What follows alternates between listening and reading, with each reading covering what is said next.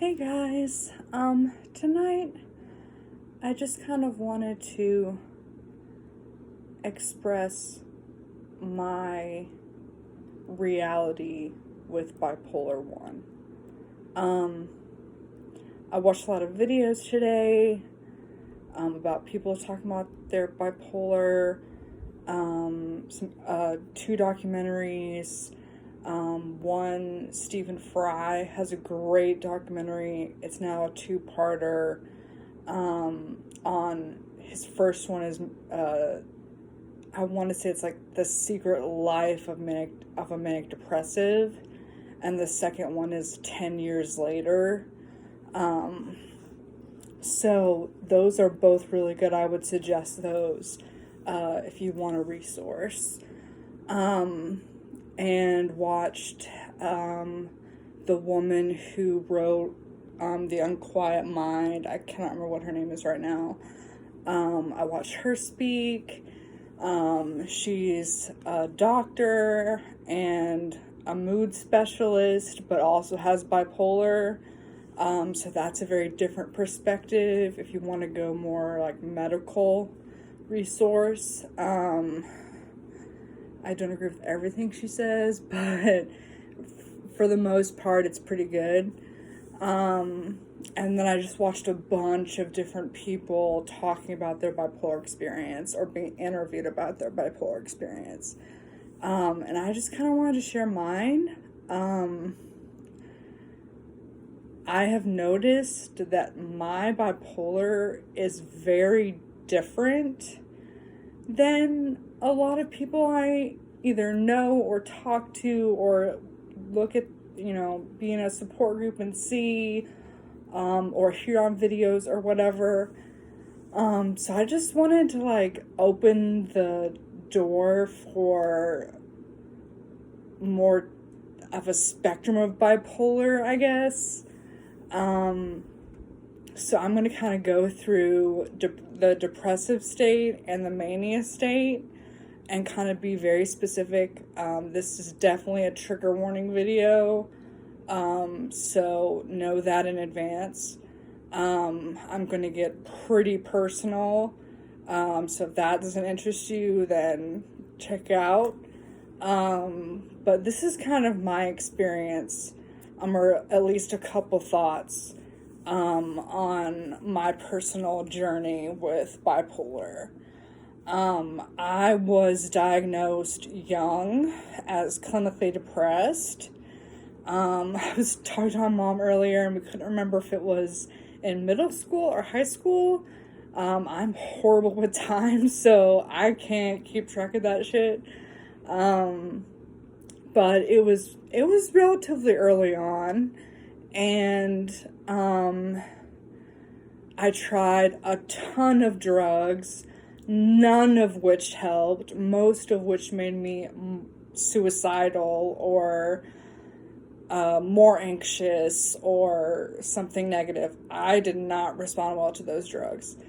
And I was in my doctor's office and I was talking about an experience, or I don't even remember how it came up, honestly. But she was like, I'd like you to take this test. And I was like, okay. So it was like, check off the things you've experienced. And there were 10 things, and I experienced 9 of the 10 things. And she was like, I think we need to maybe look at you being bipolar. And I was like, that's interesting. I kind of felt a relief, honestly, because for so long I had been dealing with depression and nothing was helping. And I felt like there was something about it that was more complicated, but I couldn't really put a term on it or a phrase on it at the time. And so when she was, showed me that this was a mania list, and these are the things that you do in mania, and I had 9 of the 10 of them, that's probably a good conversation to have. So I started talking more about experiences I'd had and things I had done in the past and kind of extreme things, and she was like, yeah, you're definitely bipolar. She did not specify what kind of bipolar, so I kind of just took that term and did a ton of research, bought a bunch of books, memoirs, factual books, resources. I did a lot of online stuff. I got into support groups online because I'm super introverted and have social anxiety anyway. So I tried to gather information. I wanted to know more about this. I wanted to know more people who experienced the world like I did. When I felt like so much of the time when I talked to people, I was like, we're not on the same plane. I don't know what's going on here. It's not working. So I did that first. And I think that's really important for anybody who, like, bipolar 101 is just research the shit out of it and make sure they're good resources. Don't go to Wikipedia for your bipolar information. Go to somewhere like NAMI. It's NAMI. That's a good resource that's online. There are now, especially with COVID, there are a lot of therapists that are doing telehealth. I do telehealth with my psychiatrist. I do telehealth with my doctor. I don't have a therapist currently, but I'm working on that. Because I think therapy is super fucking important. I think pretty much everybody should go to therapy at some time in their life. We all have mood swings. We all go through grief. We all go through traumatic experiences. And it's nice to be able to talk about those things and kind of unwrap them and see if you can come to terms with them or, make peace with some of your past trauma. So I would say therapy for everyone. But especially if you have a mental illness, and just research. Anyway, I kind of got off topic there. I'm sorry. My personal things, that I wrote down, at least, that I could think of off the top of my head, depression, it feels like apathy. You just don't care about anything. You have no interest. You are flatlined. Social isolation. I don't want to talk to anybody. I don't want anyone coming in my room. I don't answer text messages as often as I would. I don't want to deal with any external shit at all. And that can be pretty detrimental because you can really fuck up friendships doing that. So I would, I experience it, so I know that it's really hard, but if you can, try to keep reaching out to your friends, even if you just need help, that keeps that connection going. So you don't lose a bunch of friends like I did. Just because I dropped off the face of the earth, or I just, said no every single time to an event or something like that. And that goes for work too. Try to, if your work has parties or whatever, try to go to those kinds of things. You can build a community in places sometimes that you don't necessarily recognize. So yeah, but social isolation is a big one. But try to, if you can, combat that in some way. Hopelessness, no creative drive. I can't write. It's usually writing that's the hardest. I can't write. I can't even journal. I don't know why that is, but with depression, I can't I cannot access my feelings and put them on a piece of paper. It just does not work most of the time. So I'll have big writer's blocks, and that brings a lot of shame and guilt because writing's kind of my thing. And so you have to make sure that you're giving yourself a lot of self-love during depression, because you can start to kind of be like self-hating and self-loathing and being like, I'm worthless.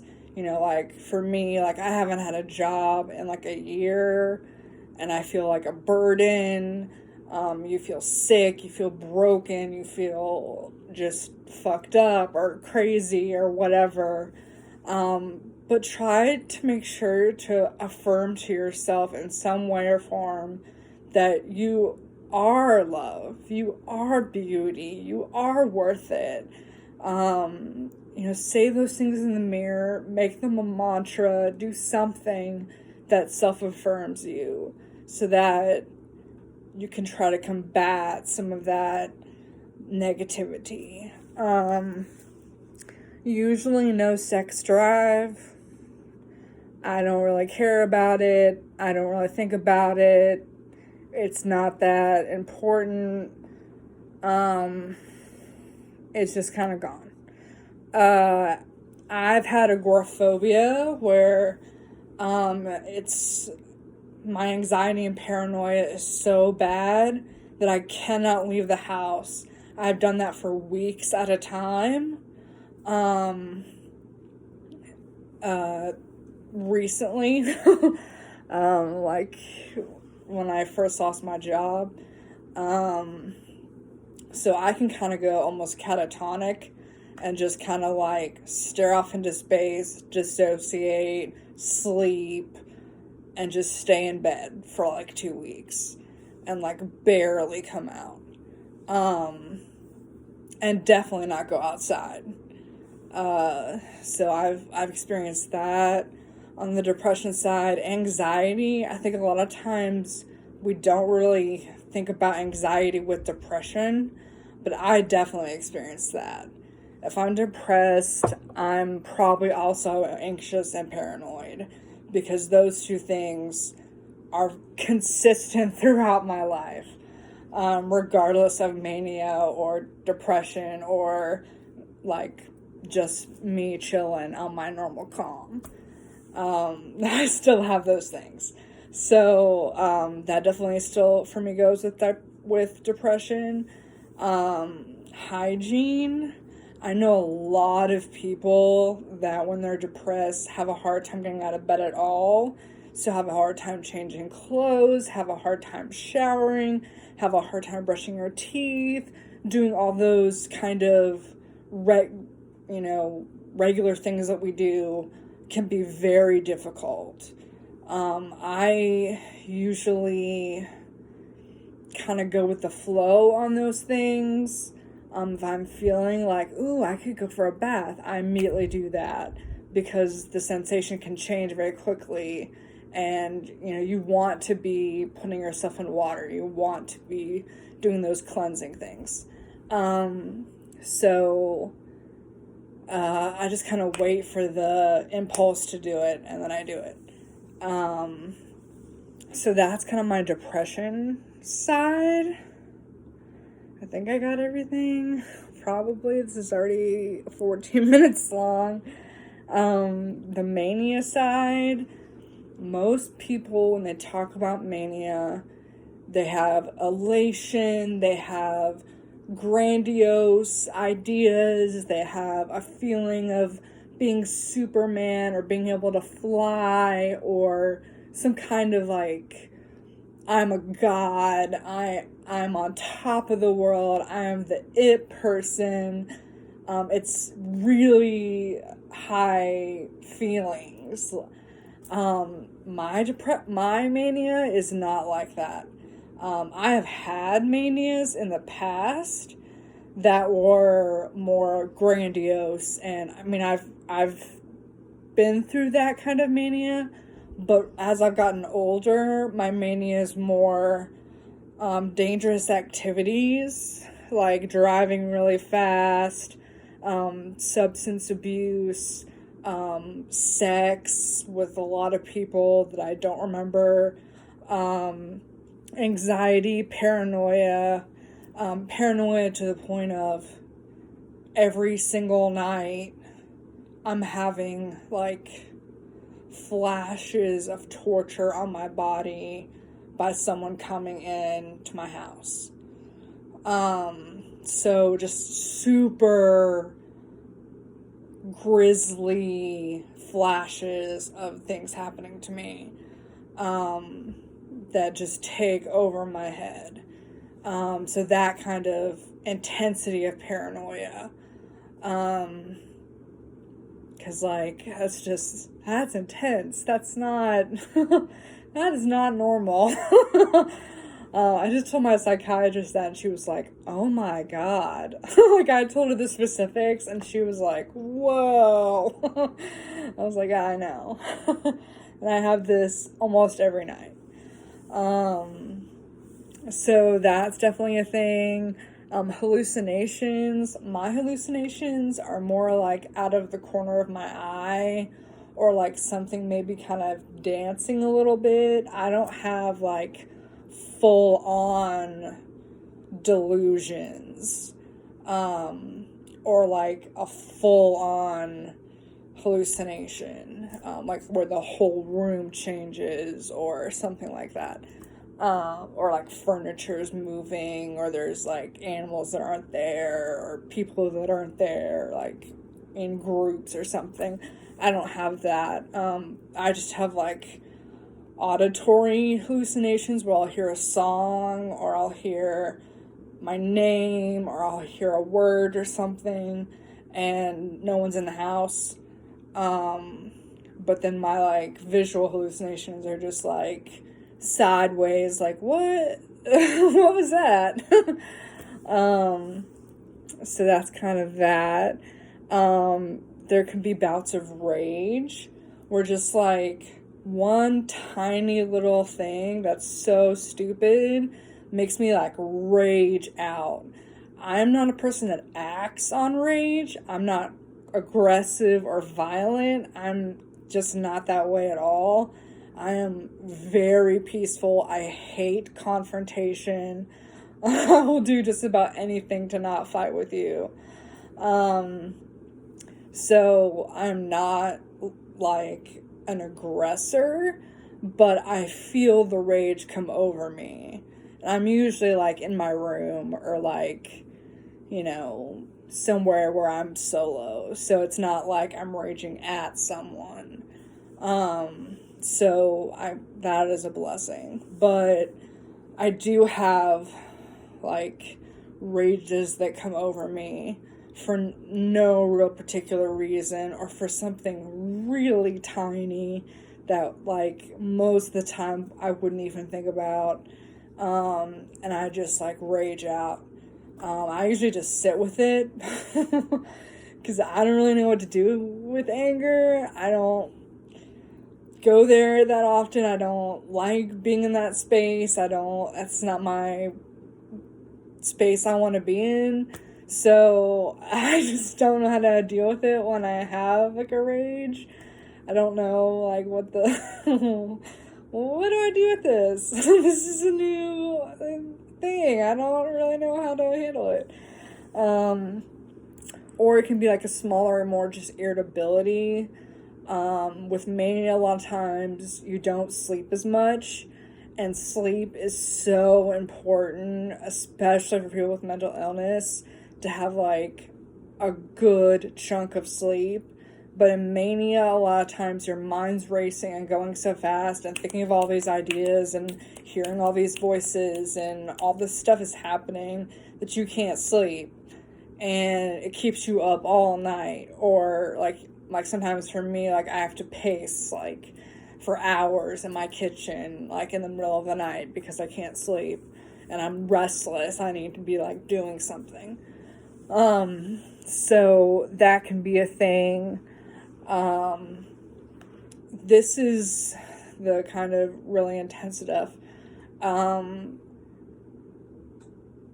Most of the time when I hear people talk about bipolar, And suicide, most of the time, they talk about it in the depressed state. So when you're having a depressed episode, because you feel like the hopelessness and the self-loathing and the guilt and the shame, maybe from the stuff you did when you were manic, and you're trying to process that or even remember that, you can just drop really hard. And so I think a lot of people talk about suicide with that. That is not my experience. When I'm depressed, I'm not thinking about suicide. I am just like flatlining. I'm just like in bed. I don't think about it. I don't idolize about it. I don't make plans. I don't do any of that shit. Mania is when I do that shit. Self-harm is a manic thing for me. It is not a depressive thing. And the suicide attempts that I have made were mania driven. I've had 4 suicide attempts. I'm 33. That's not great. But I'm glad to be here. But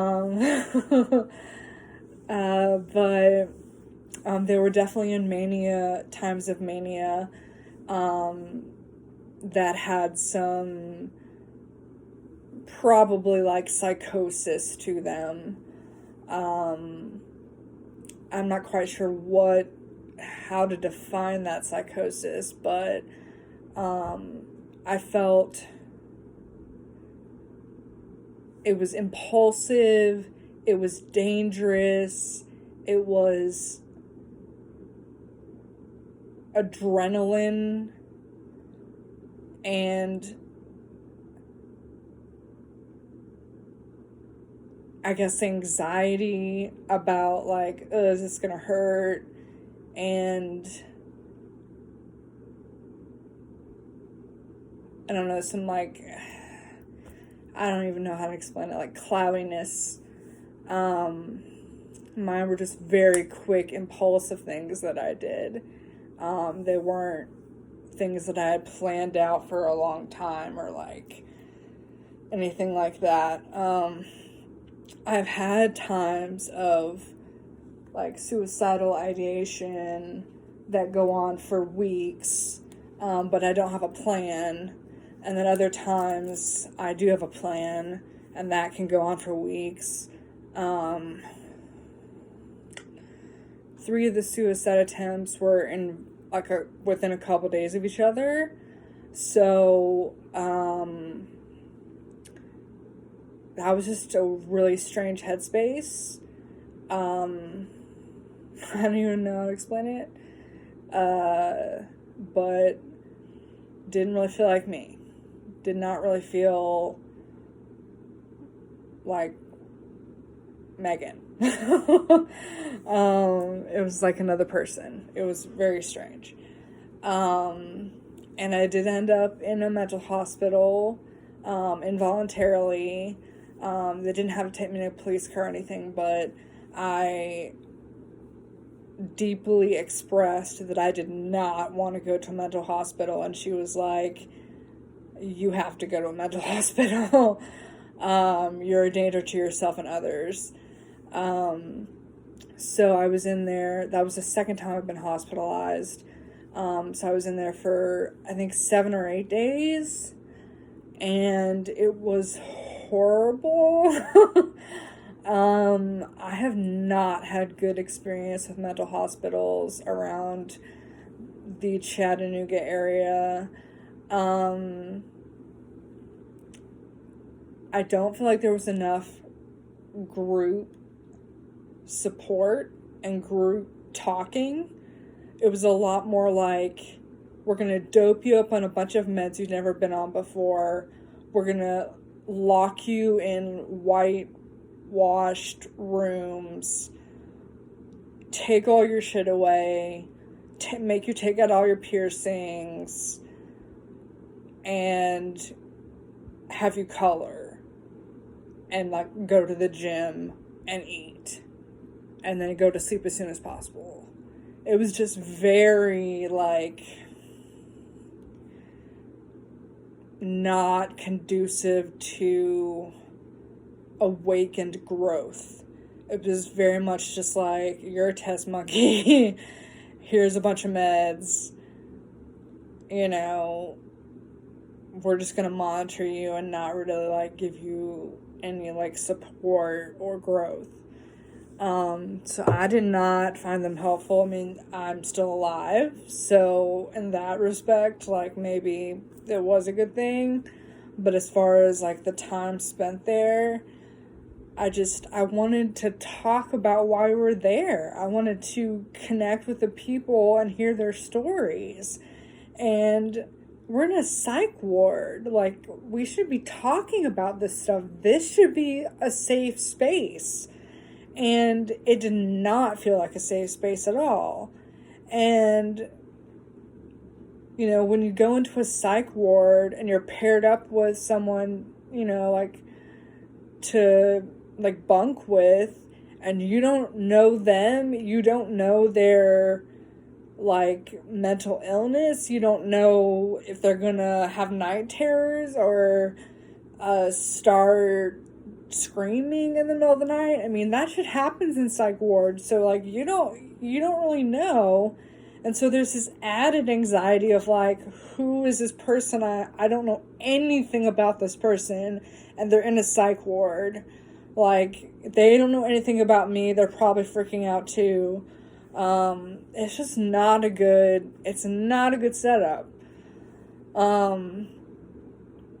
I think if, you know, you started, when you got there, you had, like, a support group, and everybody kind of went around and was like, I have this, or this is why I'm here, or something like that, even though it's super personal and very intense. It's a psych ward. Like, that is where we should be having these conversations at least. I mean, we should be having these conversations all the time, but in a psych ward, that is the place where you should be able to say, like, hey, this is what happened to me. Hey, I did this. Hey, I took this many pills, or whatever you want to say about that. I mean, I'm not forcing anybody to say anything. If they don't want to talk, then that's fine. But to not even have that space at all was just strange to me. It was like, we're all in the psych ward, we're all in the same level because we're attempted suicide, but nobody's talking about it. Like, you'd hear conversations maybe between, like, patients that you'd find out some information about them, but there was never any, like, group, let's talk about this in a real honest way and see what we can learn or grow or gain some kind of new knowledge or coping skill or something. And it was just, I don't know, I was just like, what the hell are we doing? We're coloring? This is what we're doing to, like, not kill ourselves? Like, it just made no sense to me at all. And then adding on a bunch of extra meds is just absurd. Like, you should not be adding multiple meds at the same time. You should be adding one at a time so you can make sure about side effects. And I you know, like, I guess you want to dope us all up so we're not, like, violent or something, but, like, we're on a suicide ward. We're not violent. I mean, it's just, I don't know. It's just rubs me the wrong way completely. So I read about that for a while. But yeah. So that's kind of my spiel. I hope you found this interesting or informative or something. You can check out NAMI, like I said. That's a good mental illness website. It has resources, it has articles, it has crisis lines. All kinds of different tools and stuff. You can always call a crisis line too. There are now online therapists, so you can do that, and telehealth. I'm always willing to answer questions or give any advice that I can to help.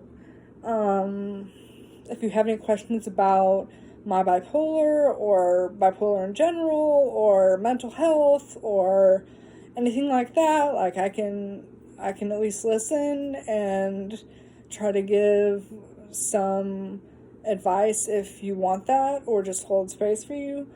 So just let me know. I guess I'll see you guys later. Bye.